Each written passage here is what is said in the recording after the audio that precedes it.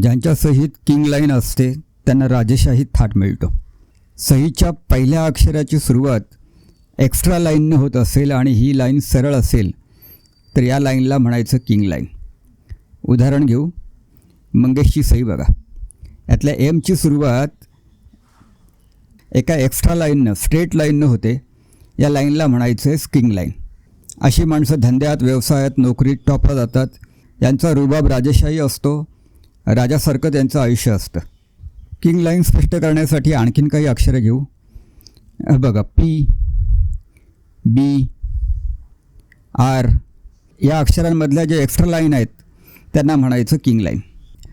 मंगेश अशी सही करत असेल तर ही लाईनसुद्धा किंग लाईनच, पण ही कर्वी किंग लाईन, ही सरळ नाही. ज्यांच्या सहीमध्ये अशा प्रकारची कर्वी किंग लाईन असते ते अतिमहत्त्वाकांक्षी असतात. यांना युगो भरपूर असतात, अहंकार भरपूर असतो. अहंकार कशाचा? तर आपण टॉपच्या पोझिशनला आहोत त्याचा. हे लोक स्वतःला इतरांपासून वेगळे समजतात आणि त्याचाही अहंकार बाळगतात. आणि गंमत म्हणजे अहंकारी असूनसुद्धा या लोकांना आदर मिळतो. हे कोणावरही भरोसा टाकत नाहीत. दोस्त कमी असतात. यांच्याकडे पैसे थांबून थांबून येतात. हे लोक करिअर सतत बदलतात. अनेक क्षेत्रांमध्ये हात टाकतात कारण यांना संतुष्टी कधी मिळत नाही.